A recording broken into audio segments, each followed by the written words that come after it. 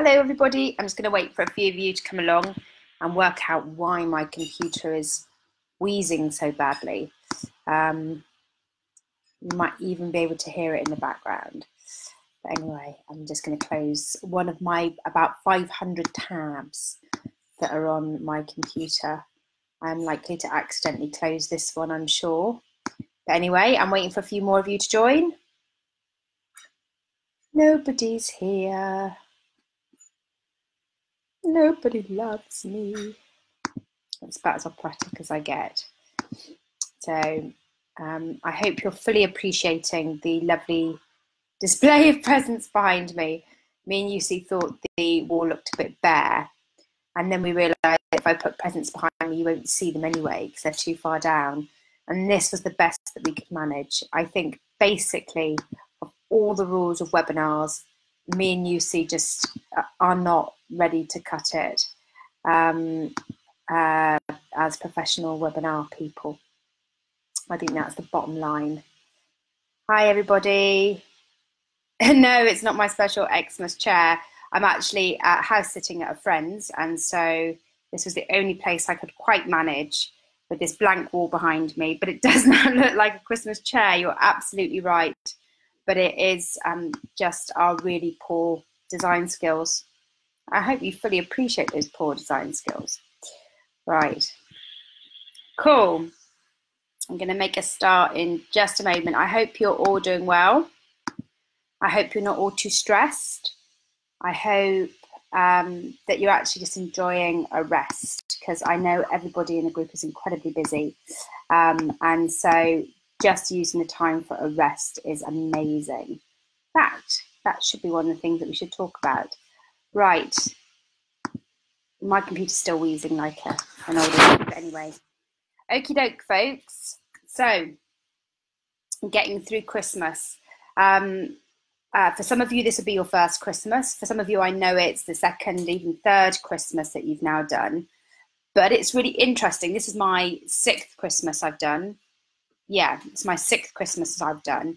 And still, every year, it's a challenge because it is basically like the whole of the world is conspiring to get you drunk. Now, actually, I would say that's the same about most time of year, but it's definitely the case at Christmas, because suddenly the rules that are there around some decency and some like what time of day you can drink suddenly disappear, and you can have Bucks Fizz at breakfast. There's an absolute excuse.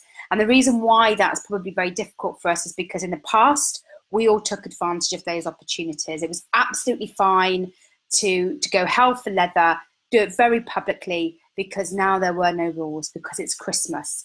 And everybody would say to you, oh, well, it's okay to let your hair down because it's Christmas. Whereas you might have been a bit more circumspect or done it a bit more silently before Christmas. And suddenly you can do it very publicly and very openly, just in the same way, actually, as Dry January gives you the excuse not to drink because there's some sort of tradition around it. There's other people doing it, and it gives you cover. So Christmas is really like the antithesis of Dry January. For those of us who have drunk or have been drinkers or trying to moderate, it's a really difficult time of year. And it's difficult not only because the whole world's trying to get us drunk, but that we end up with lots of stressful situations. Now, I'm not doing a particularly stressful Christmas. My brothers came on Friday, and all I did was put some pizzas in the oven. But I managed to get more stressed out about that couple of hours sorting all of that out than I have about most other things. It was a ridiculous amount of stress for a very short amount of time. And for those of you that've got family coming over, or you've got children, or you've got very demanding pets, I don't know, then you may find this time really, really triggery in terms of those emotions. People you might not see very often, like family, some of those people all in a room together when they're not normally in a room together. It's really easy for it to be very triggery, very emotional, and suddenly all of that hard work you've put in this last year will sort of begin to unravel. So it's really important that you have a cast iron plan. And I'm hoping that some of you have already had some good progress over this Christmas period by dodging Christmas parties at work and all of those sort of things. But I'm going to take you through some of the top tips for this Christmas. First of all is to stock up. on alcohol-free drinks. Now, that could be alcohol-free equivalents of alcoholic drinks, like an alcohol-free spirit or beer, but it could be just your favourite fruit juice. It could be just your favourite soda.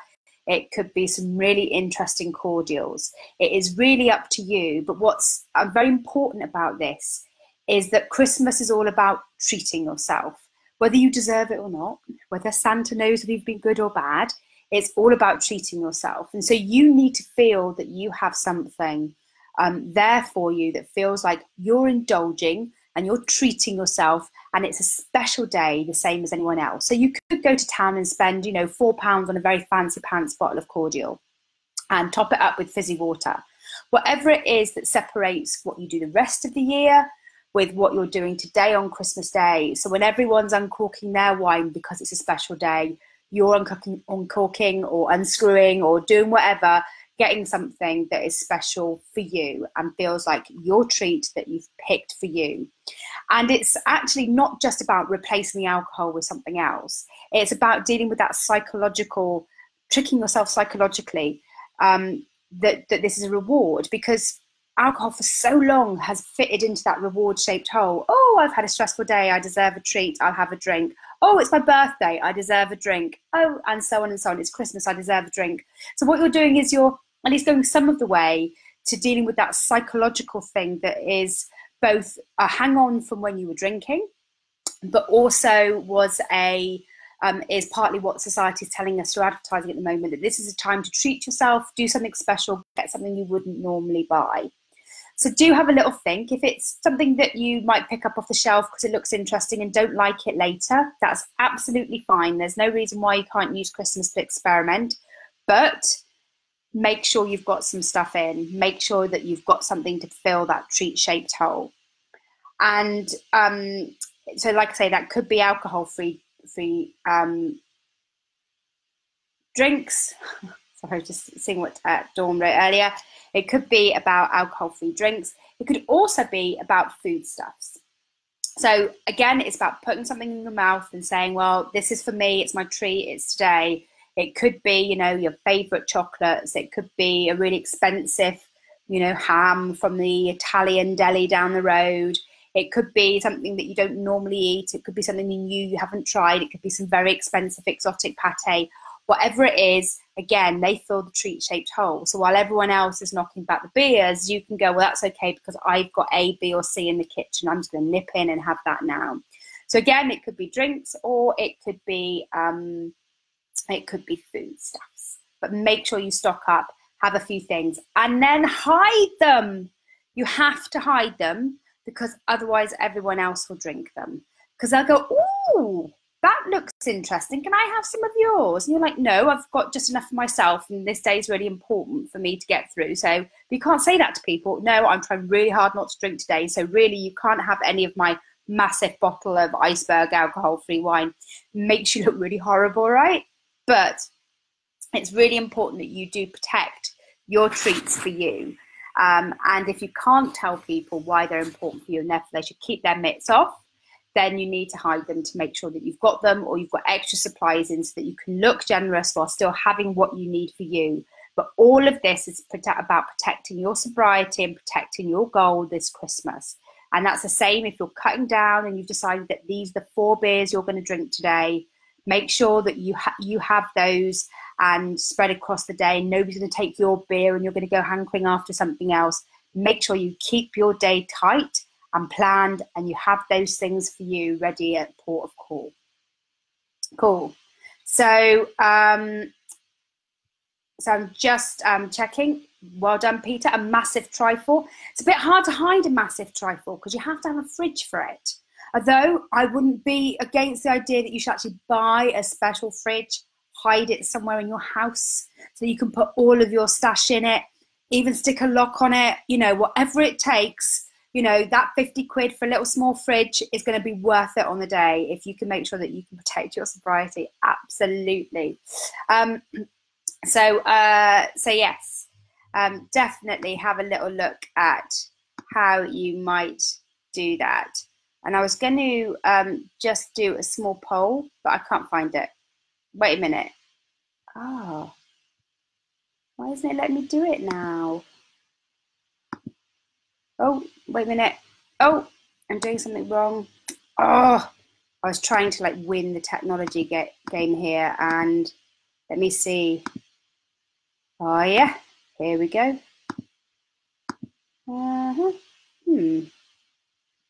Okay, save.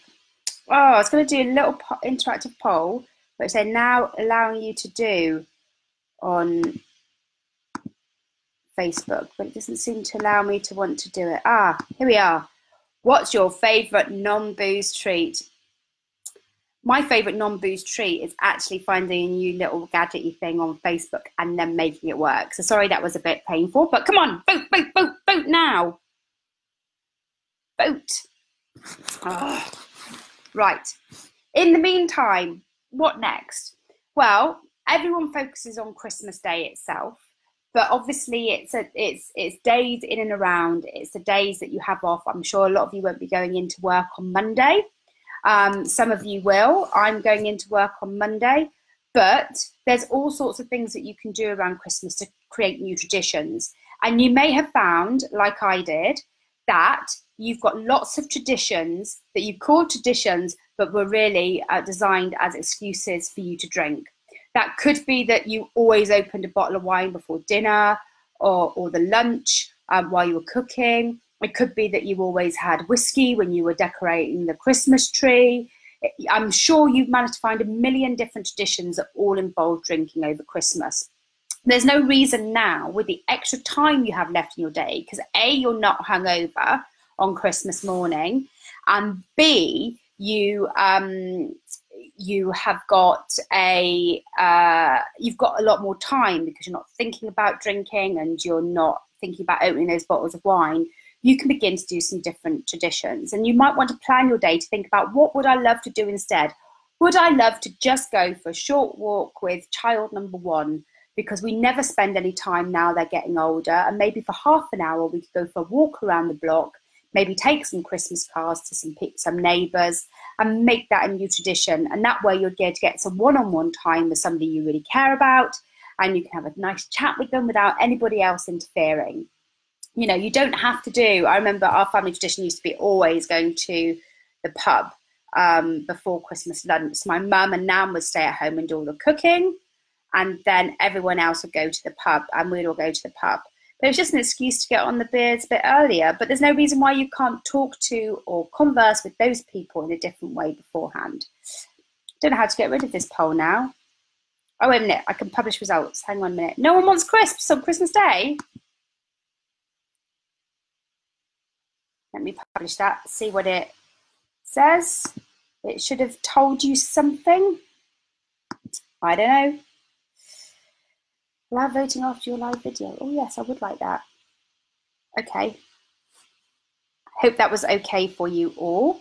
I'm just checking in on the comments.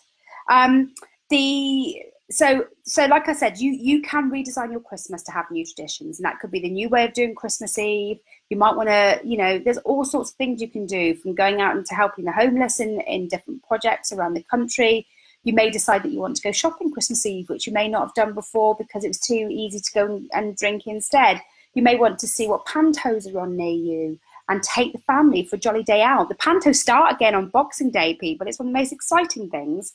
I used to do panto all through my teenage years. Oh yes, I did. And if you begin to look around about what's on in your local area, you will begin to find there are lots of new things you can do. Quite a few have been talking about the fact that it's Christmas Day and Boxing Day park runs happening where you are, but equally there'll be walks, and there's no reason why you can't do a walk of your own. I mean, I live in one of the most densely populated parts of East London. It doesn't have the most beautiful walks, but it does have walks, and we don't need public transport to get to any of them. There will be a walk or a park near you, or somewhere that you've never explored before that you can do.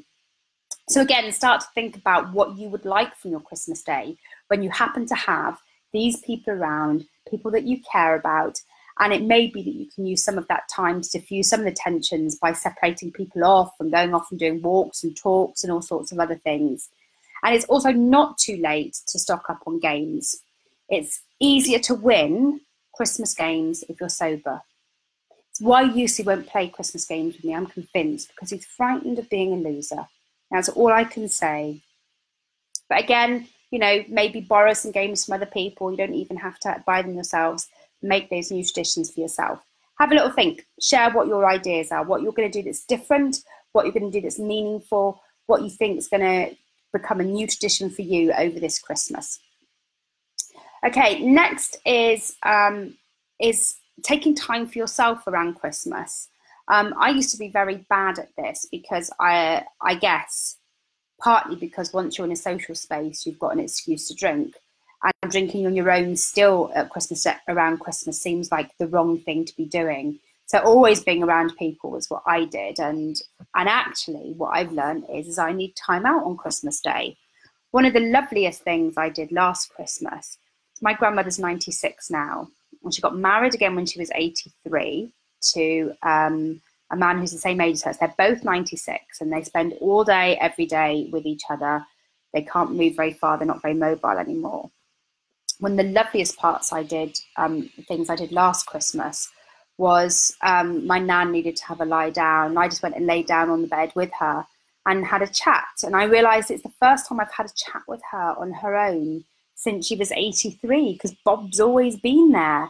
And it was just one of the most beautiful hours. And then she fell asleep and I left. But it was one of the most lovely hours that I spent with her. And, you know, you can never regret taking that time to spend with people, taking some time out, just taking some time out for yourself. No one would care if you've disappeared for an hour to read a chapter of a book or have a little bit of a sleep or even come on the Facebook group. We all need time to ourselves. And it's okay to say to people, you know what, I'm just going to soap off for an hour and then I'll be back and we'll carry on the fun and jollities, but I just need a bit of time to myself. Even squeeze off for a bath. Do it. Just take that time and don't feel guilty about it. There's huge amounts of guilt amongst everyone in this group because you want everything to be perfect. And of course, you're not responsible for everyone else's happiness. You are responsible for yours. And so if the Christmas Day and the bits around it are getting too much, then one thing you can do is do some things that you know will make you happy. And that could be anything from leaving the house and just taking a breath of fresh air, because the heating will undoubtedly be on too high. Or it could be, I quite like doing washing up on Christmas Day on my own, sticking the radio on, not letting anyone else help, and getting all of that done. Don't tell Yussi I said that though, because I think he might do it if I'm really lucky. So again, you know, find things that really work for you and take some time for yourself. By doing that, you will be able to do something that I believe is the biggest gift that keeps on giving from giving up drinking for me. And actually it's something I talked to Ali about when I saw her the other day, which is that as I have got less grumpy through hangover, and hangovers, I wasn't just grumpy because of the physical effects of the hangover. I was grumpy because I was always feeling very guilty. I was spending half my hangover feeling guilty that I wasn't able to engage fully with people and that I was feeling a bit awful and la la la. So I was basically quite grumpy, which meant that my reaction to anything that happened was never very logical, never very rational. It was always very instinctive and often really negative. When you're not drinking anymore, you can take a deep breath. You can think about the intent of what somebody said or what they really meant or whatever, and take a step back and go, I actually don't need to argue this point, or I don't need to let that behavior upset me because that's them and I'm me. You can remove yourself from the situation rather than making it blow up. You can deal with emotion and stress differently, but you have to allow yourself to do that. And I'm sort of on a long journey to allowing myself to feel upset but not react. I'm just ridiculous at reacting really instinctively and readily to emotional stimulus, be it an email from somebody or something that somebody said to me. But I'm learning over time to take a deep breath, accept that that's made me feel a particular way, but that they might have written that and not meant that particular intention or that reaction from me, and try and unpick it a bit more readily so I can tell people why I'm upset in a less confrontational way and deal with the situation. And I want to give you the permission to just let some of the stressful and annoying stuff slide. It's not your responsibility to make everybody happy. So if people are arguing, upset with each other, throw it back at them. Tell them it's up to them to sort this out. It's up to them to make this day nice, but you're not going to be part of it, and you're not going to make it worse by reacting. So try and give yourself a little bit of calm on Christmas Day by allowing yourself not to react to things and just leave it, because it's one day. They'll all be gone tomorrow or the next day, and then you can get back on with life as normal and get back on your plan. But what you don't want to do is for them to throw you off your goal right now. And just check in on comments. There's quite a lot, and then this is a really weird thing that I'm now in this strange screen. I'm trying to do new tech. Okay, the next thing to say is to keep eating and be hydrated. They're the two things that make you want to drink more than anything else. And if you eat your Christmas Day lunch at 2 p.m. and so you're saving yourself because it's going to be a big lunch, don't bother. It doesn't matter. It really doesn't matter how much you eat during your lunch. The most important thing is you're not hungry in the lead up to that lunch, because it might make you drink. And so think really carefully if it's going to be a triggery day for you. It doesn't matter if you keep yourself slightly topped up, that you have some small snacks, particularly maybe high in protein snacks, so that you don't get that craving for alcohol, but definitely some snacks around. And you can keep yourself on the edge of hungriness, but not really stomach growlingly hungry, because all you'll do is wander around your house going, oh, I need something to fill that hole. And then you'll start thinking about wine and beer and all those things, because you can't have lunch yet because you've got to wait till the table's laid and all the crackers are down and all the turkey's there and everything. So it really doesn't matter if by the time you sit down at 2 p.m. or 4 p.m. you're actually already slightly full. You can just eat some smaller portions, or you can carry on eating the same portion and then roll yourself out of the room at a later time. But the most important thing is you're not so hungry that you drink. The same is just keeping hydrated with water. Keep it going. Yes, you've got your special alcohol-free drinks or juices or whatever available, but you'll only be able to manage so many of those because it's not got alcohol in, and so we're not so ready to drink them. So just keep yourself topped up with water. I cannot explain to you how big a difference that will make. And really, it doesn't matter. There is no law that says you have to make yourself so starvingly hungry before this massive meal arrives that you have to then woof it all down at once. If it's going to trigger you to drink, just keep yourself nicely and comfortably full. Then finally, plan your day, because there's lots of things about your day that I don't know will trigger you. There is nothing, we're not doing anything for Christmas. I'm amazed that we've got presents, to be fair, and that's because the house sitter, the place that I'm house sitting, I think they've given me this one. Wait a minute, which way round is it? It's that way round. I think this might be tea. I think it might be tea, because it's like a tin and it's really light, which means it's not chocolates, which means it might be tea, which I'm quite excited about. You will have triggers that I won't have, and so I will always come back to doing a whoop as a really good tool.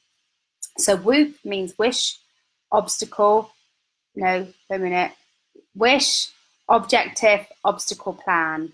My wish is not to drink on Christmas Day. And if I achieve that, my objective is if I achieve that, I will feel like I've got a superpower because I've got through one of the hardest days of the year. It's really important that you understand why you're doing something. Because we say all the time, oh, right, my wish is to lose weight. And then we never understand what it is that will happen, the exciting thing that will happen at the end of losing weight. And that's the same with drinking. So I wish to go out on Christmas Eve with friends and not drink, because if I do, I will be able to totally enjoy Christmas Day. I wish to not drink on Christmas Day because then I would have got through the hardest day of the year. I wish to not drink on Boxing Day, whatever it is, whether it's the whole of the Christmas period or just a particular event that you're going to.